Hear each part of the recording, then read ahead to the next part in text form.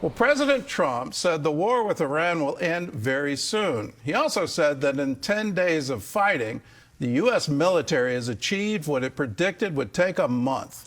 At the same time, the president made it clear that the war won't end this week. Meanwhile, he strictly warned Iran not to bottle up the global oil supply. CBN correspondent Paul Petit reports from Israel. Speaking to the press Monday, President Trump said the war in Iran is ahead of schedule and almost over. Are you thinking this week it will be over? No, Are you talking but soon. about days? I think soon. Okay, and with respect Very to... soon. The president told Israeli news outlet Times of Israel that the final decision to end the war will be a mutual one between he and Prime Minister Netanyahu. As U.S. and Israeli forces continue to pound Iran on land and sea, the Strait of Hormuz has been frozen, causing oil prices to spike. In the U.S., gas prices are up 50 cents over the last week. The national average is $3.47 a gallon. And I will not allow a terrorist regime to hold the world hostage and attempt to stop the globe's oil supply. And if Iran does anything to do that, they'll get hit at a much, much harder level. Trump says he's unhappy with Iran's choice of Khamenei's son as their new supreme leader, and he's still not ruling out putting boots on the ground to force regime change for the Iranian people. I'd love to help them, but they have to be in a system that allows them to be helped. And right now they're in a system that only allows failure. And I don't want that. And I want a system that's not going to be attacking us. We want a system that can lead to many years of peace. And if we can't have that, we might as well get it over with right now. Iran continues to send drones at Israel and Arab nations, including 2 at Saudi Arabia and 6 at Kuwait today. All were shot down. The Jerusalem Post is reporting that Iran's attacks on other Gulf nations is improving Israeli relations with neighboring Arab countries. In Israel, people running for their lives after a barrage of 8 Iranian cluster bombs landed, mostly in the central part of the state, killing 2 people here Monday.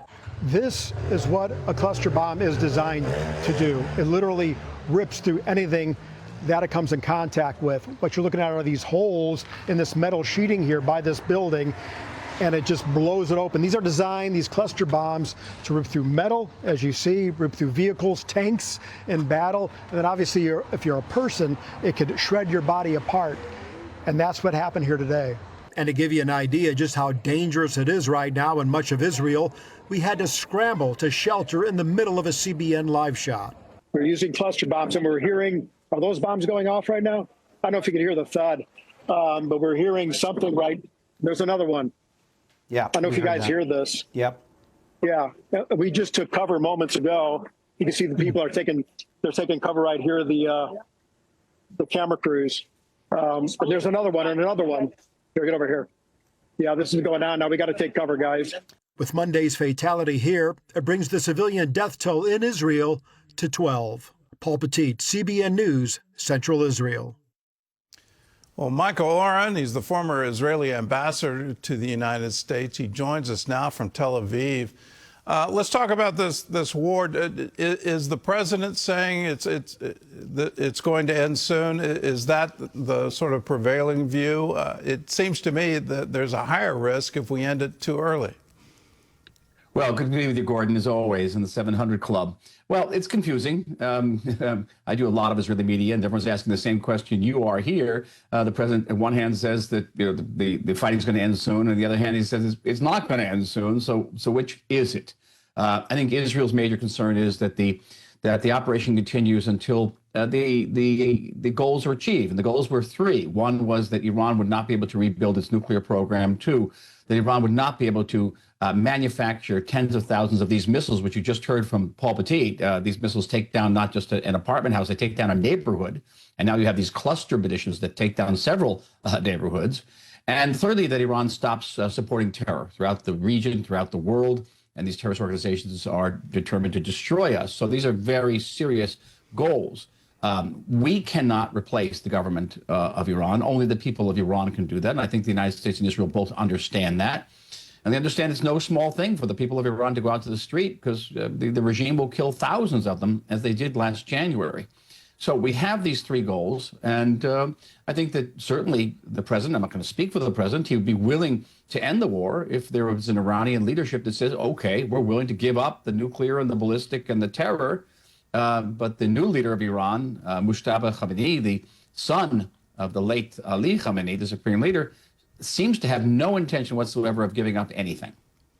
Well, isn't the very government itself the weapon? I know it's important to focus on the nuclear capability, ballistic missile capability, but this has been a war that's literally gone on for 47 years, inspired by their ideology. They've used proxies, you know, the Houthis, Hamas, Hezbollah. They've done direct attacks, and they've done it repeatedly. And it seems like every time there's an attempt to sort of quell it, we're dealing with the symptoms and not with the real problem and the real disease, which is how they think. They think destroying Israel is the thing they're supposed to do. They think destroying America is the thing they're supposed to do. So as long as they're in power, they're going to use everything they can to achieve those ends. So isn't it a military objective to have regime change? It would certainly be good if we can actually do that without putting boots on the ground. And the United States doesn't want to put boots on the ground. I don't think Israel does either. I think to put a finer point on your point, Gordon, is that not only is the destruction of the United States and Israel in their DNA, you can't change this, who they are, but also Hamas, Hezbollah, Iran, they all have the same basic definition of what constitutes victory. They don't care how many of their people are killed. They don't care how many ships the U.S. Navy sinks or how many nuclear facilities are blown up. Their one goal is to survive. And if they can come out of this war and, you know, give the V sign, then they consider they've won. And how do you defeat an enemy like that? I think the model here is not Iraq and Afghanistan. And I certainly understand America's fear of these endless wars, what they call the forever wars. But the real model is like the Cold War, which took decades and resulted in a great victory for the United States because the United States kept up the pressure. And so maybe you don't have to keep bombing Iran every day. Certainly once we get rid of these rocket launchers, and we are knocking them out every day, you keep up the pressure through a very intense naval blockade. They don't get to export a single drop of oil. And you'll see how fast this regime may, you know, wither on the vine, and then maybe an opposition revolt can occur or a coup within the actual regime itself. So you're hoping that when they can't afford to pay the Republican Guard, when they can't have those paychecks going out to the police, to the clerics, to the Republican Guard, that's when we'll see a change? Yeah, but first they will not have any money to give to Hezbollah and Hamas.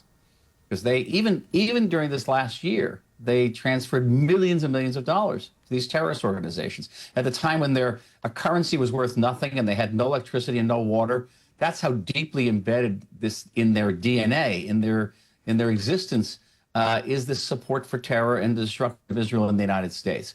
So we have to be able to deprive them of the means, the ability, not just to pay their soldiers, but to pay terrorists around the world.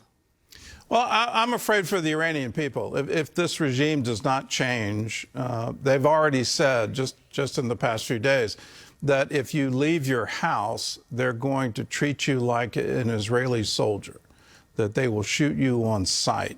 So if this war ends prematurely, how bad will this crackdown be?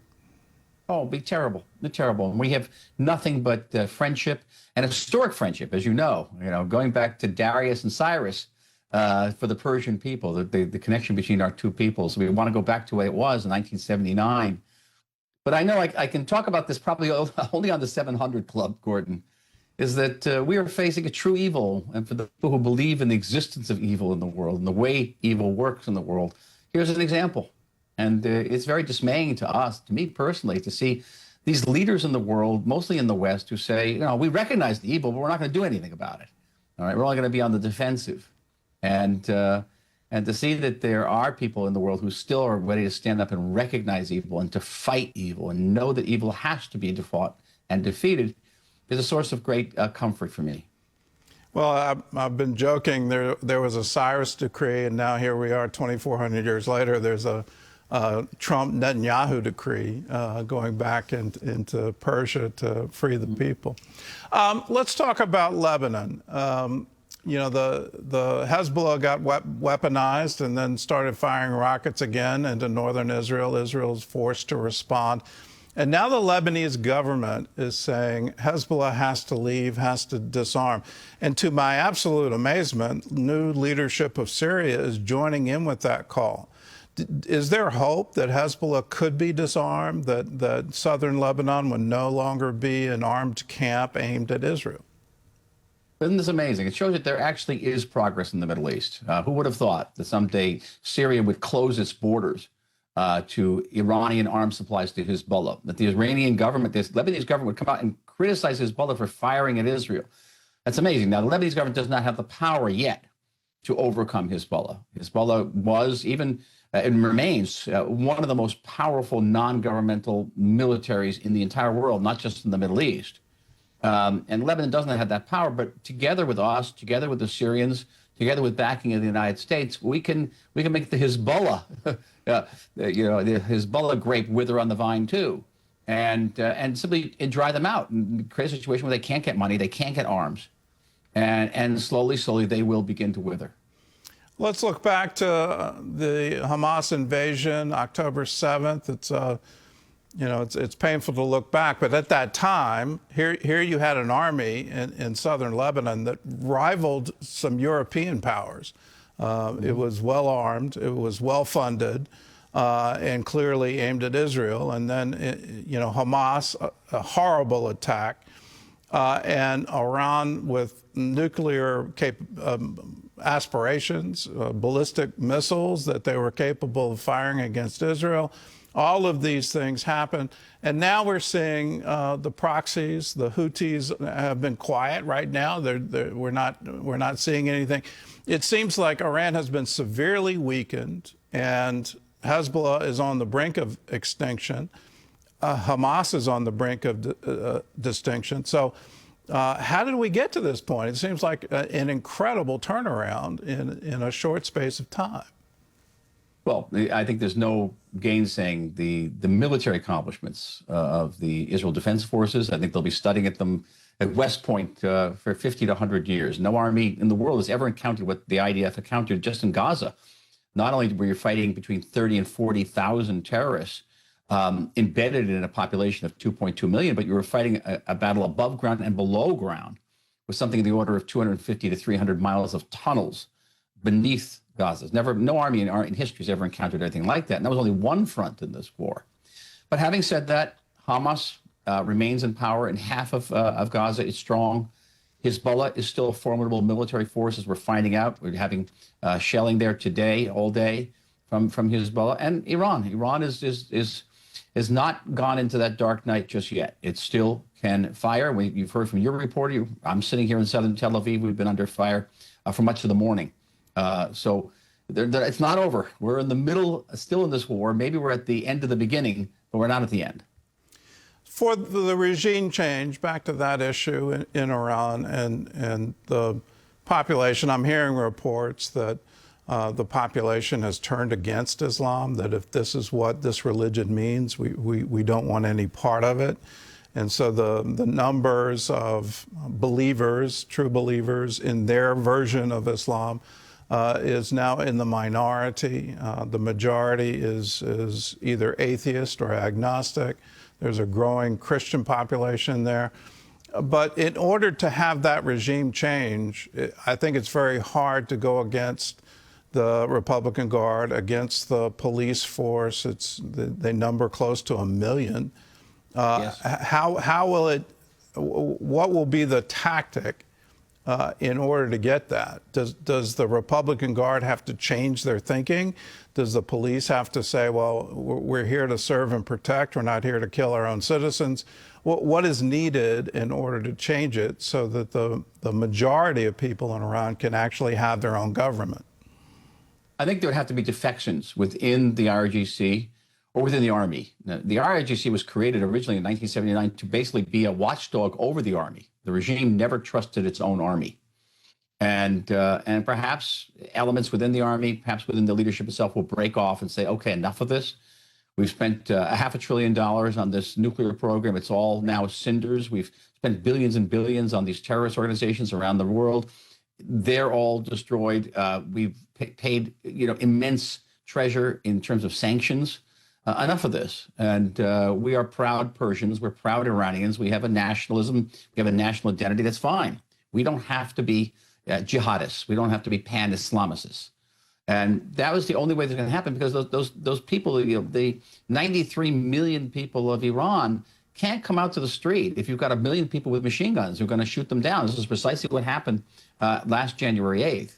So, we have to have a tremendous amount of empathy for them and hope that there will be elements within the government itself, within the regime, that will break off and say, enough is enough. Final question. Israel has been the victim of an asymmetric war now for decades, where the other side, whether that's the PLO or Hamas or Hezbollah or the Iranians or the Syrians or ISIS, the list just keeps going on and on and on. It's been the victim of these attacks repeatedly. And when Israel finally stands up and says, no more. We're going to retake Gaza. We're going to go into southern Lebanon. We're going to attack the source. We're going right at Iran. Why is Israel now the perpetrator of war crimes? It's just absolutely amazing to me, the propaganda war that has been going on at the same time. Israel clearly the victim of October 7th, but it's like truth has been turned on its head. I'm very worried about public opinion in Europe and in the United States. Is my concern shared in Israel? And what are the plans to say, well, we need to turn around this public perception? Well, you're absolutely right, Gordon. And here it's not a concern. It's already sort of despair.